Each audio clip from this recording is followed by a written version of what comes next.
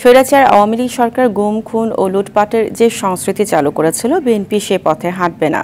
দেশ ও জনগণের কল্যাণে দেশনেত্রী বেগম খালেদা জিয়ার আদেশে বিএনপি দেশের শান্তির সমাজ প্রতিষ্ঠিত করবে বলে জানিয়েছেন দলটির সিনিয়র যুগ্ম মহাসচিব রুহুল কবির রিজভী।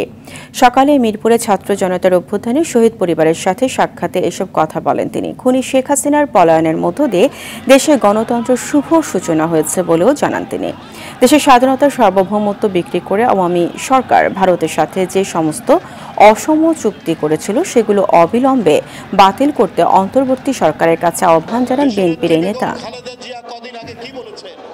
আমরা শান্তির সমাজ নির্মাণ করব, আমরা শান্তির সমাজ তৈরি করব।